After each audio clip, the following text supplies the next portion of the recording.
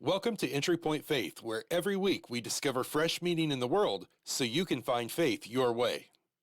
This week's message is titled Same. The year is 2016. The use of the single word same starts showing up in digital communication. It is used as an easy way to digitally nod in agreement. Now, after hearing her daughter say same several times in a phone conversation, a mother posted this question in 2016 on Yahoo Answers. I am a mother of 2 kids, and my eldest daughter, now 17 years old, is making me alarmed by the amount of times she is using the word same. What does same mean? Is it a new curse word that I don't know about from that Tumblr website? Should I be punishing her for saying it in front of her sister? Many people responded to her question, with the top commenter stating, same is just something someone says, normally on the internet, when they can relate to a picture or something. It's like short for saying, I feel the same, or I feel like that person or that image. Fast forward to 2022. We still see same in digital communication, also in texting, also in spoken conversations. Writer Hannah Rosenberg recently posted these words on Facebook.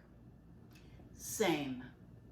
I still haven't figured out how to keep my shower floor clean, or make morning smoothies, or respond to stress calmly. Same, same, same, my friends tell me. A love note of sorts. Maybe the world doesn't need us to cut down on carbs, or make more money, or waste less time.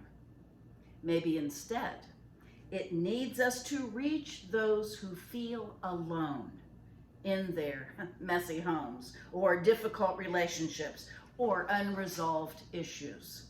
To impress less and connect more. To share one simple message. Same, same, same, same.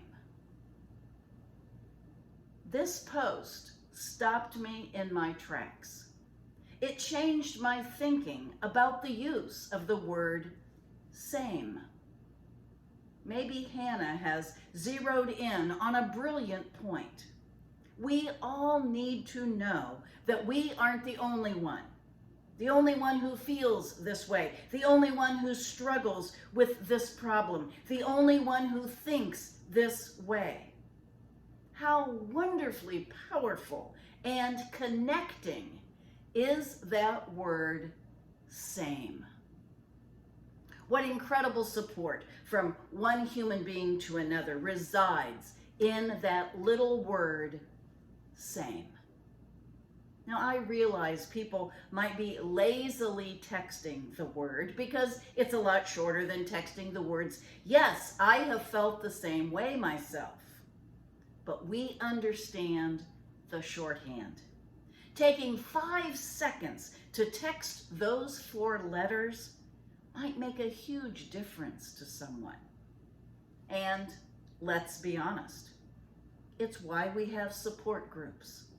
People attend a support group to find like-minded fellow sufferers. In a support group, we all have the same issue, a similar journey. Parents whose children struggle with school because they have ADHD find understanding and compassion from each other. Addicts share their challenges and journeys in a place of safety and acceptance and understanding in a support group. People who are grieving share their pain. Redo. People who are grieving share the pain of loss in the company of others with the same struggle. There is absolutely nothing more validating than sitting among others who are walking the same path. In many ways, people attend a church or a faith community for the exact same reasons. We want to share our time with people who would be likely to say same to us about some aspect of our lives. But why do we need this reassurance? Because we're human, and we were hardwired to be social creatures. We want communion with other people. We want to know that we aren't crazy or left out. When someone says same, however someone says it or acts on it, we feel more normal. We exhale and we relax a moment. Someone else feels the same way. How important that is to each one of us, no matter how old we are, no matter who we are. We are not alone in our feeling or in our struggle. As author and therapist Shannon Adler has written, one of the most important things you can do on this earth is to let people know they are not alone. Now, besides support groups, which isn't everybody's cup of tea and isn't always available, how do we hear and experience the feelings that the word same gives us? We get the message that someone understands us, has a sense of what we are going through when we receive a card in the mail wishing us well after surgery, or following the loss of someone in our family. We feel comforted by the sense that someone knows how we feel when we get a phone call checking up on us after we have been isolated for a period of time. We find unexpected joy when someone goes out of their way to drop off a gift or flowers or takes us to lunch or stops by after the church service to talk to us. All of those feelings are ways that we whisper into someone's ear, same. I don't know exactly how you feel, but I wanted to let you know you matter. And seeing you struggle makes me want to reach out some way to offer you some comfort. And we do feel comforted.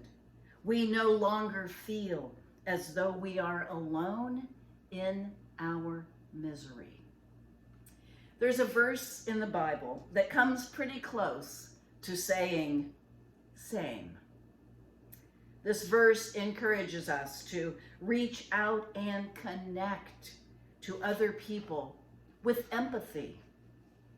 Rejoice with those who rejoice. Weep with those who weep.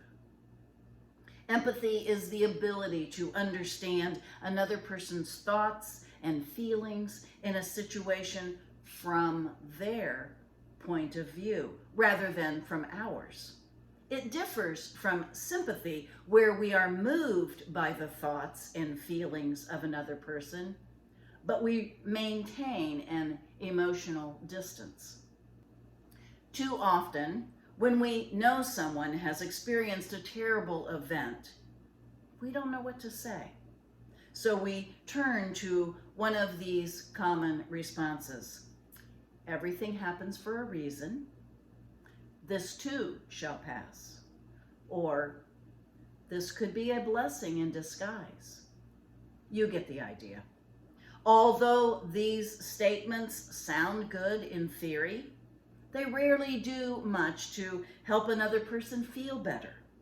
Instead, these words sometimes minimize the other person's pain and do little to connect with how he or she are actually feeling. Showing empathy is a lot more about action than it is about words. Maybe that's why the simple word same might just be the right thing to say. Same. I'm here with you. I am feeling what you feel. You are not alone. There's a field with two horses in it.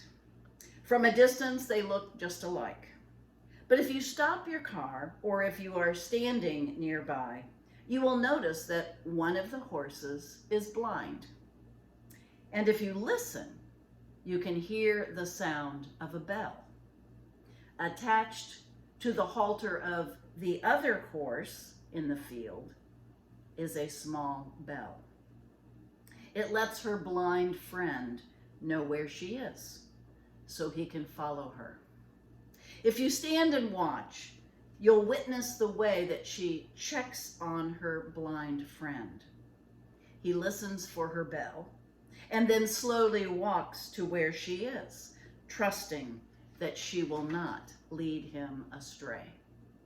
When she returns to the shelter of the barn each evening, she stops occasionally and looks back, making sure her friend isn't too far behind to hear the bell. I believe that God watches over us and even brings people into our lives to help us when we are in need. Sometimes we are the blind horse, being guided by the ringing bell of those whom God has placed in our lives. Other times, we are the guide horse, helping others to see the way. Good friends are like this. You don't always see them, but you know they're always there. Please listen for my bell, and I will listen for yours.